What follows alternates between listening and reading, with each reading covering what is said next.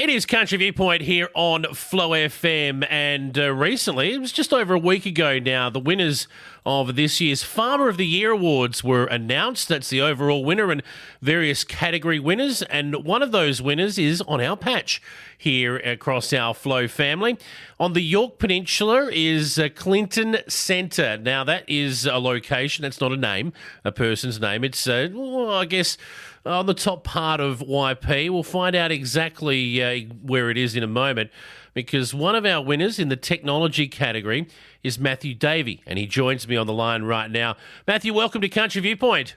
No worries. Thanks, Jason. Thanks for having me. Good to have you on, mate. For those perhaps not all that familiar with YP across our Flow network, and it is a vast network down into the southeast. We've got people listening today and across the west coast, the Yorke Peninsula. Tell us a little bit about, first of all, where you farm. Well, Clinton Centre, there's not a lot here. There's a church and some tennis courts, and that's basically in the corner of our farm. So, yeah, not a lot here. So if no one knows where it is, that's fully understandable. But we're about 8 kilometres inland from the east coast of YP, just round the top.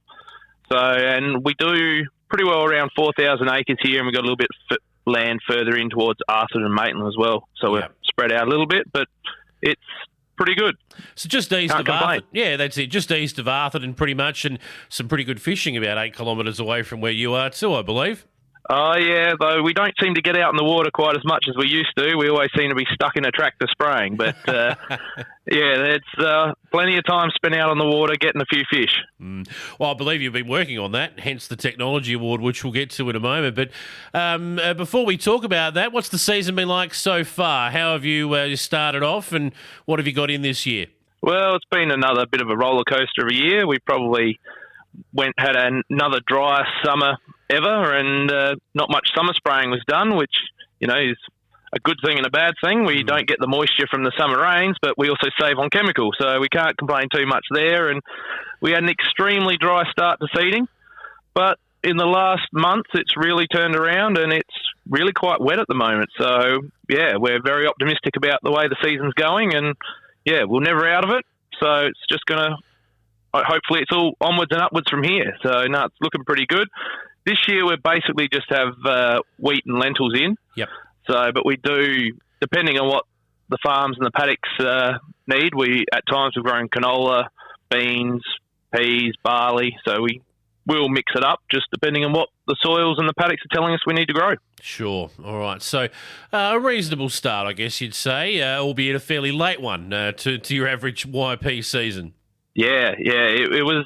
We were probably about 3 weeks later starting seeding than what we usually were, and it was extremely dry, so we were just dry sowing everything. So it wasn't really until the break came that everything came up, and at the moment the crop's looking fantastic, so we can't really complain too much about where it is. Excellent news. That's great. Let's talk about your award. First of all, the Australian Farmer of the Year Awards. I believe the ceremony was held back on the 17th, and you managed to get there and just snuck it all in before these COVID restrictions came in. Where did you have to go to collect your award? It was actually at Parliament House in Canberra. So, we snuck in the week before everything started going a little bit pear-shaped once again. So, yeah, no, it wasn't too bad. It was a whirlwind trip. Pretty well flat out. Met all the other award winners, and we had a bit of a leadership day the day beforehand and got to know each other and ran through a few things. And then on the Thursday, we had the awards at Parliament House, and it was bang, bang, bang, bang, bang, get everyone through and everyone out again. So, yeah, it was very full on. 9 different categories and award winners from all over the country, is up to Queensland and down into Tasmania. There's some award winners there, a couple in Victoria and New South Wales as well. So well represented from across the country. You're the only South Australian to win a national award, which is great to have a South Aussie representing us at a national level. But your award was for excellence in technology. Now, this sparked a bit of an interest in myself, because I guess farm tech is something that is emerging, and I guess it leads to improved productivity and all kinds of things. Hopefully more opportunities for you to get out in the boat in the future. But what exactly are you using technology-wise on your farm that led to you, first of all, winning this award? Yeah, well, it's one of the things that I sort of, why it's been so humbling is because technology is, like I said, everywhere, across the farm. We use it in all sorts of different ways. And I think the reason that I won the award is because we're using it to its max potential in so many different areas. Like this technology, precision ag farming setup that we are running on our farm really started back in the early 2000s, and that was before I was even home on the farm. So Dad started with, section control in the sprayer, and, it was still driving by hand, but it was automatically turning the sprayer on and off. And, we started getting savings. That was, I think Dad always sprouts, it was 23% reduction in chemical costs over the course of a year. So that was where we started. And then in 2003, we bought a variable rate seeder, and the following year we spent $26,000 on a yield monitor for our old header and started doing variable P replacements, so fertilizer replacements. And it's really just keeps going from there. We run an RTK network here on the upper Yorke Peninsula, and we've got a dozen or so farmers that are subscribed to that for RTK corrections. And it just keeps going, and you want to get the most out of everything you possibly can. So we do a lot of reading. We read a lot of operators' manuals, and because we spend enough money on this, we want to make sure we're getting the most out of it, really. Absolutely. And we ask a lot of our farmers these days. We ask you guys to, first of all, know what you're doing in the paddock. We ask you to know how to market your product. We ask you to be right at the front line of things like precision agriculture and these new technologies that come through. Do you get a lot of help in that area from agronomists, people in the area, people from Primary Producers SA, perhaps? Where do you get your assistance from to filter through some of this stuff? Because it must be endless. It's a little bit of everywhere. When we started our variable rate fertilizer replacements, that was a lot of back and forth with our agronomist, and we'd put our ideas forward, and they'd, either argue or go back and forth, and we sort of developed a plan that way. A lot of the information on what we can do and upgrade, like we've upgraded a lot of our equipment to Isobus, like a lot of the older gear. So that's been back and forth with some of our machinery salesmen. Like they've got access to a lot of information that's hard to find sometimes. So you generate that relationship, and it goes back and forth, and they might see something that interests us, so they'll let us know, this has come across our desk, is this something that you could use? And so a lot of the relationships have sort of helped generate our where we're going and given us access to a lot of information. And we get a few university lecturers that sort of see what's going on, and then they come out and we read a lot of their papers, and then they can see what's going on. And a lot of this is, it's a bit of back and forth, all sorts of different directions. There's no one single source. It's just gather as much information as you can and make it work on your farm. And on-farm broadacre trials for us have been a big part of our farming enterprise for quite a few years. Like we're currently running 10 precision ag trials across the farm. The fact that we can bring all that data back in and we can see real world in-farm results, that helps, guide us going forward in the farming enterprise. Sure. Now, are you able to share that data with out to others? And obviously, the Bush Telegraph is a great way of sharing information between colleagues and peers around YP. But once you collect that data for yourself, are you able then to share that data out with other people and help others perhaps who are heading down this path, maybe a little bit behind yourself?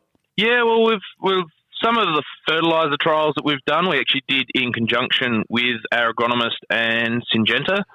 So, that was a fungicide trial, sorry. That data went back to them, so they were able to spread it around. So some of the data that people may have already been seeing may have already come from our farm. It's just going back through the people that have helped fund, you'd almost say, some of these trials. So, yeah, sure. I mean, we're always open. We try and bring everyone around, and we will often talk to our neighbours or talk to different farmers and different groups, because the easier it becomes for everyone, the more everyone will sort of get brought along. So, we, like you said, we are sort of pushing it in a lot of areas, and, us Davies sometimes are known for wanting all that technological side of stuff, but if we can get our head around it, we share it because, we want everyone to be able to go that way, and it'll make it easier for us in the long run. Absolutely. Now, one thing I know about those involved in precision agriculture is they're never happy standing still. There's always something coming up in the future. You mentioned you've got some trials going on now. What are you looking at next? What's the next big thing that will improve either productivity or profitability on your property that you're really sort of zeroing in on? Last year we actually bought a new header for the first time since 1976.